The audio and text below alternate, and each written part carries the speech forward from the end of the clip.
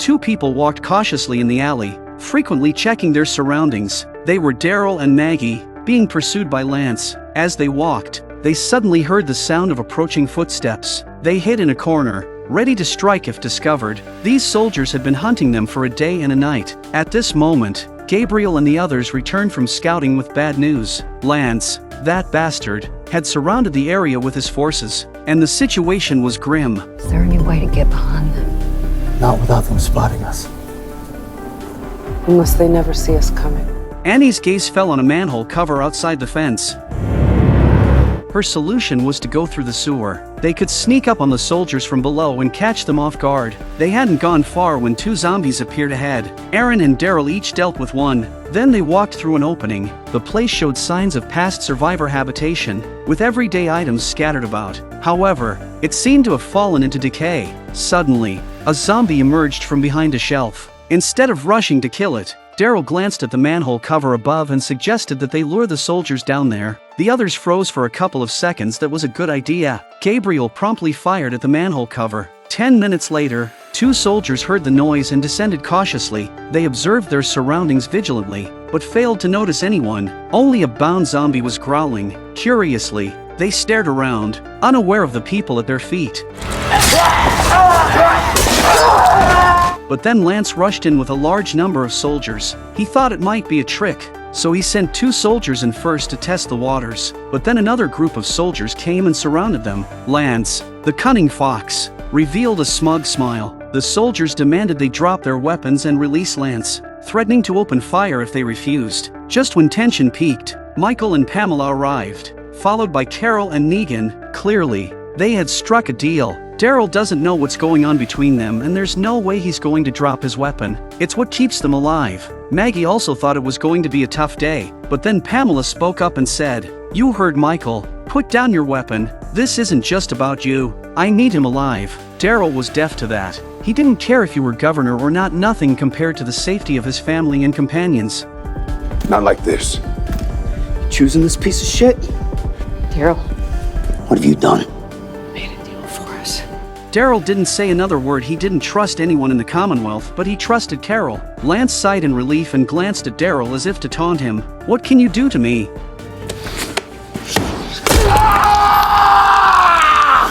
Everyone in the room was surprised at how ruthless Daryl was. Pamela was trembling with fear that Daryl would impulsively kill Lance, her son's scapegoat. Negan looked at Daryl with a smile on his face, the same Daryl he had once admired. Back on the ground, Carol said to her companions, "Let's call it a day. There's been damage to both sides. Pamela promised us water, food, and everything needed for community rebuilding, settling the score between us." The faces of everyone were grim. The outcome felt like trading supplies for the lives of comrades, leaving an uneasy feeling for all. A sudden silence fell over the scene. Maggie spoke up, urging, "Our most crucial need is unity. Even if I don't trust them, but consider this. The deal can help us get through a long period of difficulty. We're not compromising with them. When we get back, we'll live our own lives and never get involved in the Commonwealth again." In the end, they agreed to the proposal. Daryl, who was angry, also picked up an apple, which, although he was reluctant, meant he agreed. As Pamela led Lance away, he thought it was just a formality. Little did he know, he'd become Sebastian's scapegoat. Pamela, it's just the two of us. Drop the act. No act, Lance. You've gone too far. Seriously? You never seemed to have a problem with how I got the job done before. We're not talking about the past, only now. Lance was a bit flustered and didn't understand how Pamela could be like this. How many dirty things he had done for Pamela. Pamela coldly stated, "You're just an angry, delusional boy always trying to win this game, but in my eyes, you've never been a player." What a heartfelt statement.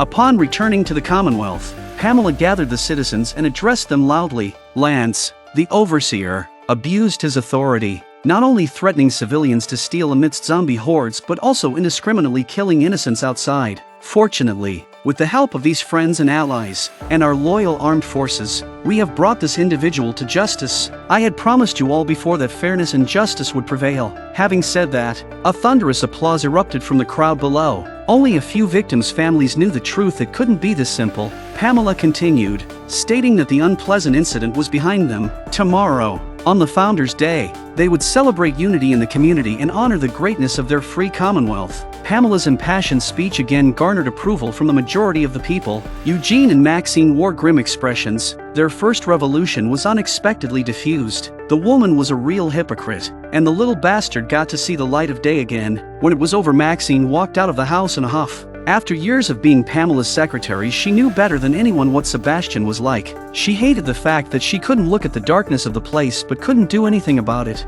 and sometimes even had to carry out orders to help. That sense of guilt was incomprehensible to others. Maxine was proud of what she'd done in the last 2 days, only to have the bastard get away with it again, and she was upset, so she wanted to try something else. Eugene, on the other hand, firmly declared, "I won't leave with Maggie and them. I'll stay with you to see this through, even if it costs me my life." But would they ultimately succeed? Under Pamela's manipulation, her indulged son successfully whitewashed his image, leaving Lance as the unlucky scapegoat. The corruption here made Daryl and the others realize that, despite the enticing life in the Commonwealth, it ultimately wasn't suitable for them. So, they began packing up, preparing to leave. Aaron and Jerry went ahead of the others to deliver some supplies to Oceanside. However, not everyone wanted to leave. One notable exception was Ezekiel. He enjoyed his current life, working as an animal caretaker and playing with the children. Surprisingly, even Negan didn't want to leave. In a hospital ultrasound, he saw his healthy child and, like any expectant father, felt an indescribable emotion. At that moment, the Commonwealth's hatred and vendettas became secondary. He just wanted a better environment for his wife. When Annie realized what he wanted, she refused because she couldn't accept this place when she thought of her fellow soldiers. Moreover, those in the apartment were relying on her. Negan respected Annie's decision. His wife and unborn child were now his reasons to live. Gabriel is also saying goodbye to the church. It's the only place where he's worth his salt. But there's no way that being with his family is more important than anything else. But could they really leave smoothly? Simultaneously, another event was quietly unfolding. Today was the Commonwealth's Founders' Day. Traditionally, Pamela would give a public speech and organize a lottery, where the winner received a substantial prize. But this year, because of what happened earlier, Pamela wanted her son to take the opportunity to speak on stage to bring him closer to the people. Pamela instructed Maxine to give Sebastian the speech to practice. It is an absolute privilege to be with you here today as we honor the founding of our great home. Sebastian crumpled the speech after just a few lines, feeling he didn't need it to please the people. After all, he was a Milton, destined to inherit. You have jeopardized enough with your stupidity. They need to see that you have nothing to hide and be reminded that you are his grandson. I am. Then show them. Show me.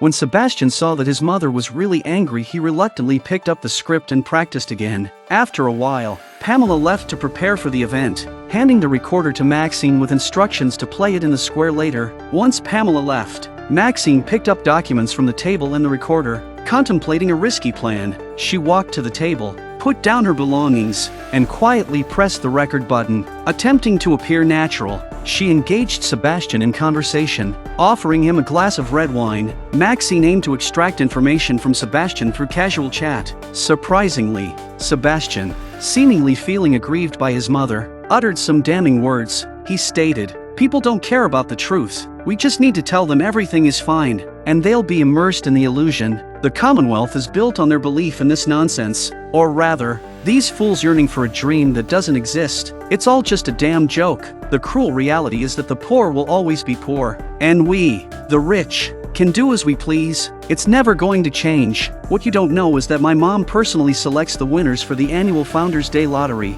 Those foolish civilians still fantasizing about getting rich overnight? It's a laughable idea. They're just a bunch of pitiful people. Listening to these words, Maxine felt anger but restrained herself, packing up to leave. Staying longer might risk exposure. An hour later, Eugene began setting up equipment for the event. Maxine, holding the earlier recording, found him. This time, their mission was different. If the recording was played, they would undoubtedly be exposed. You're doing all right. Ladies and gentlemen, please take your seats as the event started, and key figures took the central stage. Through a series of public relations efforts, Pamela's popularity soared again, with the crowd cheering. of the Commonwealth, are you ready to witness a battle for the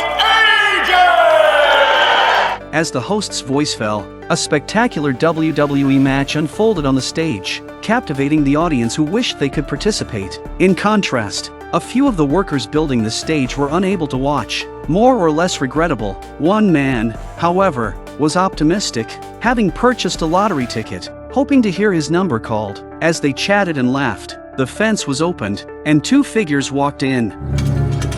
Can we help you?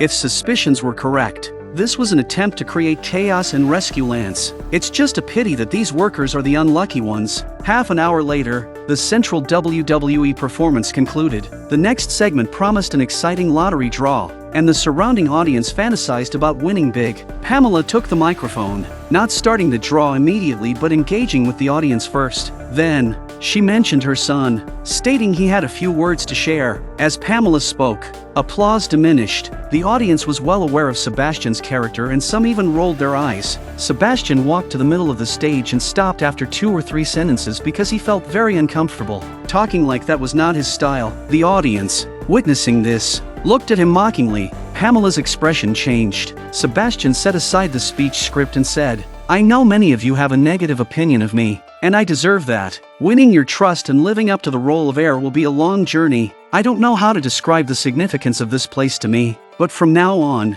I will prioritize the people. I don't know if this will resonate, but I will strive to become better and consider the needs of the common folk." His attitude was humble and his tone sincere, devoid of the past arrogance. It seemed like he was genuinely trying to change, to consider the people. Maxine scoffed at this. Pamela nods, thankfully not too embarrassed. Simultaneously, Maxine turned to Eugene. Eugene presses the tape button with a gravity that will have consequences that no one can predict. Commonwealth is built on buying into bullshit. The desperate need to believe that the old American dream is still real. Anything is possible. We could rise above our station. It's a friggin' joke. The reality is that the poor stay poor, the rich can do whatever the hell we want. The game is rigged. There are no bootstraps to pull. My mom handpicked the lottery. Sebastian, realizing Maxine had tricked him, cursed and chased after her. Pamela, with an embarrassed face, ordered soldiers to turn off the recorder. Angry and deceived, the crowd began throwing things onto the stage. Remain calm! Birds on the ring!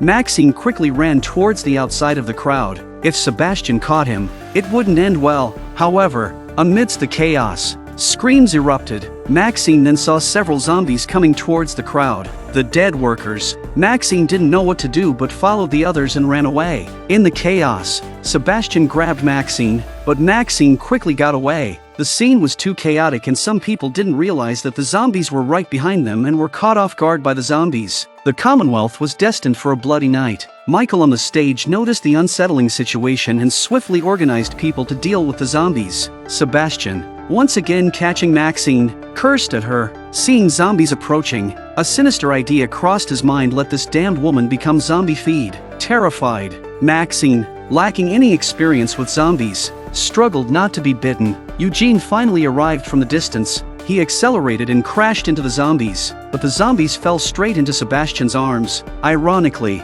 despite many onlookers, no one came to help. Eugene also ignored Sebastian and he took Maxine out of here.